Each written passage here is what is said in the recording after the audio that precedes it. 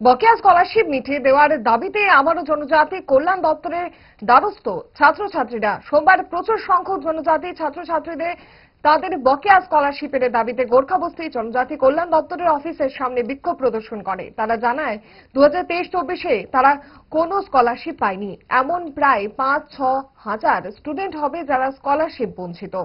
December মাসের প্রথম সপ্তাহে তাদের পরীক্ষা রয়েছে। এর আগে ফি জমা না দিলে পরীক্ষায় বসতে দেওয়া হবে না। ছাত্রছাত্রীদের উদ্বেগ, স্কলারশিপের টাকা না পেলে তারা পরীক্ষার ফিও জমা দিতে পারবে না।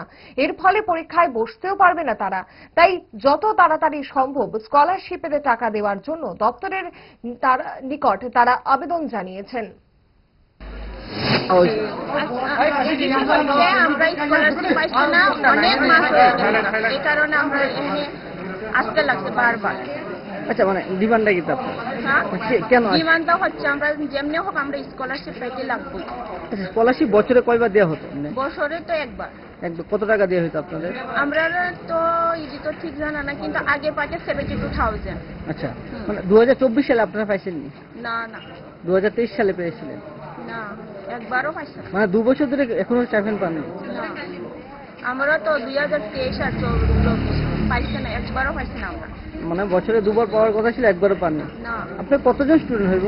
আমরা তো অনেকগুলি স্টুডেন্ট আছে। এর আগে তো আপনারা আন্দোলন করেছিলেন, অনেকবার করেছি। কি বললো তারা? তারা বলছে মানে আমরা 24 অক্টোবর এসেছিলাম, কিন্তু ডাইরেক্টর স্যার সাথে মানে কথা হয়েছে। তারা কইছে 1 উইকের মধ্যে মানে ফিজিক্যাল ভেরিফিকেশন করবো যতটুকু কলেজ আছে। কিন্তু তারা যে 1 উইকের মধ্যে যে ভেরিফিকেশন করে সে 1 তারিখে গেছে আমরা কলেজে ভেরিফিকেশন করতে গেছে, কিন্তু 1 উইকে যে করছে তারা কিন্তু তখন আমরা পেমেন্টে করছে না। আচ্ছা, আপনারা কতজন স্টুডেন্ট আপনারা জানেন না? স্টুডেন্ট অনেক 5,000-এর বেশি হইব। ওখানে স্টুডেন্ট মানে টাকা পাইছে না। একজনও পাইছেন? একজনও পাইছে না।